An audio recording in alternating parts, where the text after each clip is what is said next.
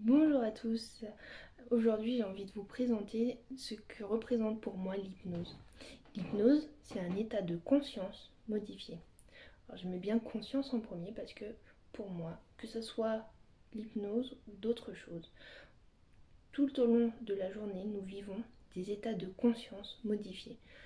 Alors il y a différents états de conscience parce qu'on va être plus ou moins conscient et du coup plus ou moins inconscient par des automatismes, des réflexes, euh, des choses qui vont faire qu'on va avoir moins de conscience que d'autres choses. Par exemple, l'apprentissage, quand on va apprendre quelque chose, même si on sait que l'inconscient a aussi un rôle là-dedans, va y avoir, on va mettre plus de conscience parce qu'on va essayer de retenir les choses.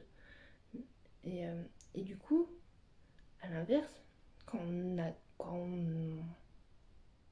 on connaît, pardon, quand on connaît les choses, il y a besoin de beaucoup moins de conscience. Exemple tout fait, conduire.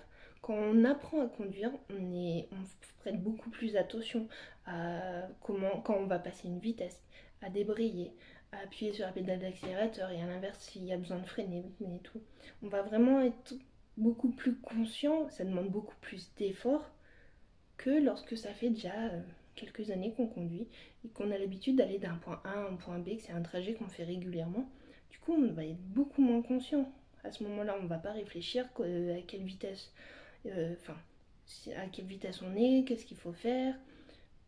Le moment où on va revenir à la conscience, c'est s'il y a un événement inhabituel qui se passe.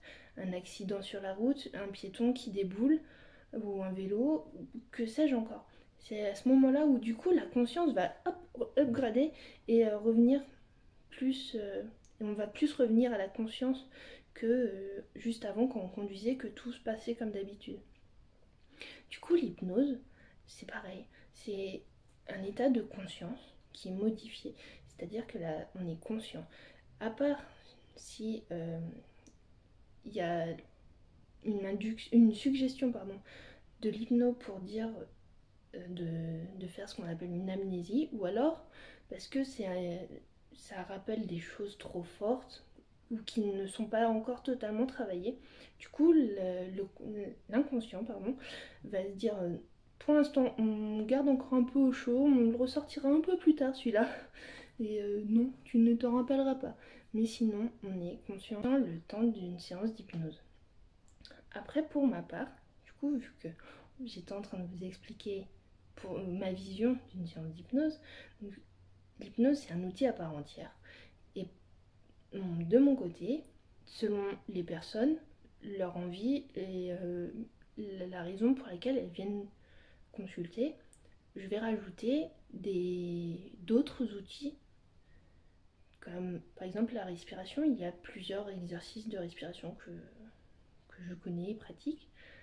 Il y a la philosophie du Tao aussi, l'Ayurveda qui est une médecine indienne, les arts aussi. Alors quand je dis les arts, c'est vraiment tous les arts, que ce soit le dessin, les expressions. Enfin, les arts c'est tellement grand que je ne décris pas tout. Euh, mais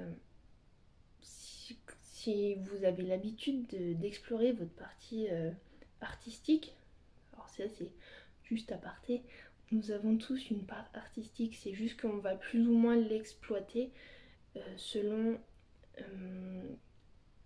où on a grandi et si on nous a permis de développer ou non cette partie artistique, qui est un mot compliqué à dire.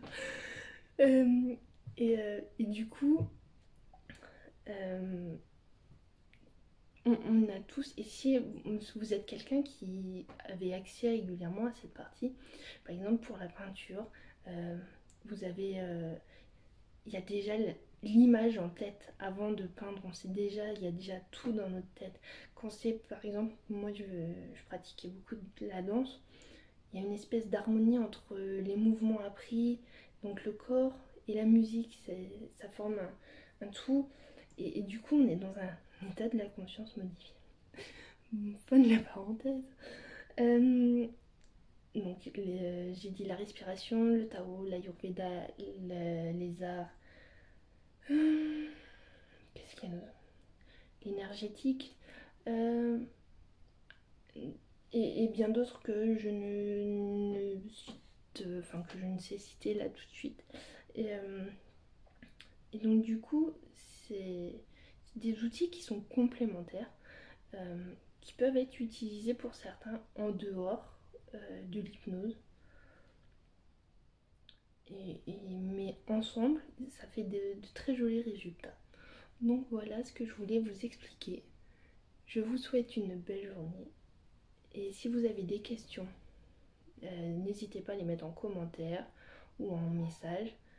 Et je ferai soit des posts ou bien d'autres vidéos à ce sujet. A très bientôt. Ciao.